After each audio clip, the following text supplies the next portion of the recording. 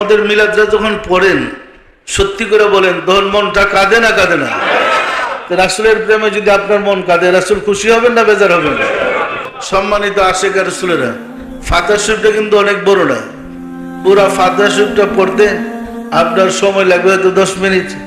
ফাতিহা শরীফ এবং মুনাজাত 10 মিনিটের ভিতরে কিন্তু শেষ হয়ে যায়। কিন্তু পাইলেন কি আপনি? অনেক কিছু পাইলেন না পাইলেন না? তাহলে আপনি যে ইবাদত করেন আল্লাহর কাছে গ্রহণযোগ্য হবে না হবে না?